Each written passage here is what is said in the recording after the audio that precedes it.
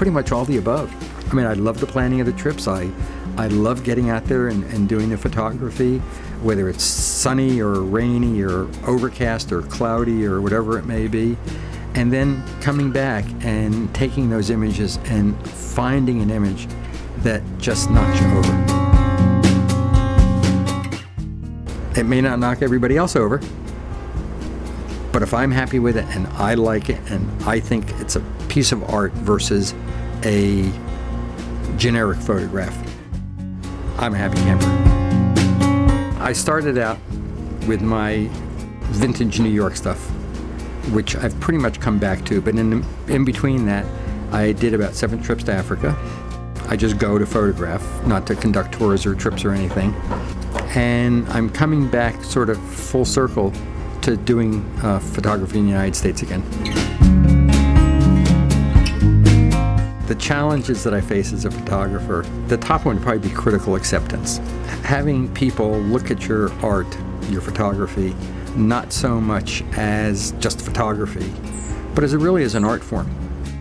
That's difficult in today's environment where everybody's a photographer. Everybody has a camera. So you go out there, or I go out there, and I go to these little places.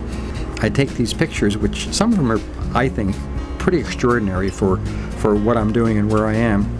And people will walk in and go, oh, I have a picture like that. You know, my son took it on his iPhone. That's the biggest challenge. Is getting people to appreciate and understand what you're trying to do. Generally what I do is I will take some paper maps, I'll spread them out on the floor, and I'll start to look at all the little blue roads, the blue lines, that are as far away from the interstate as you can get. I look for communities, towns, whatever you want to call them, under 500 people. And those are the kind of places that I isolate.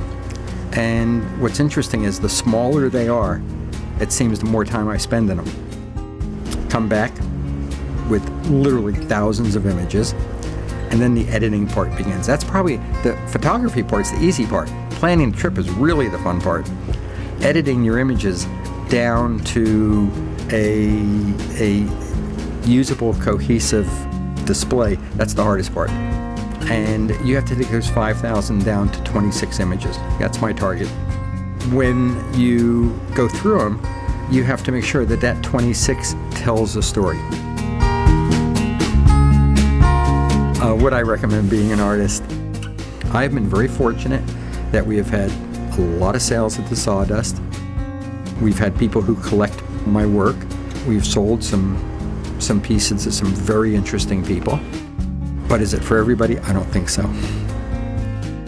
It can be very trying emotionally and mentally. If you have the ability to do it, it can be very rewarding.